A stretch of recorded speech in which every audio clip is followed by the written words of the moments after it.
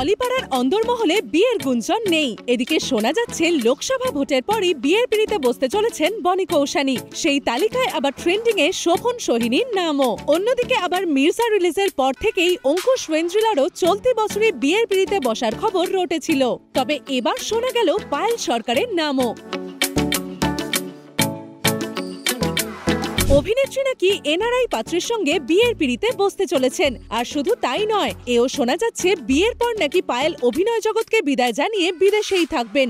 সম্প্রতি পায়েল সরকার মার্কিন মুলুকে গিয়েছিলেন, আর তারপর থেকেই অভিনেত্রীর এনআরআই পাত্রের সঙ্গে সাত পাকে বাঁধা পড়ার জল্পনা তুঙ্গে। তবে সত্যিই কি বিয়ে করছেন পায়েল সরকার? অভিনেত্রীর সপাট জবাব, আমার এখনো বিয়ে পায়নি, একটু ধৈর্য ধরতে হবে সকলকেই, সময় মতো সবটাই জানাবো।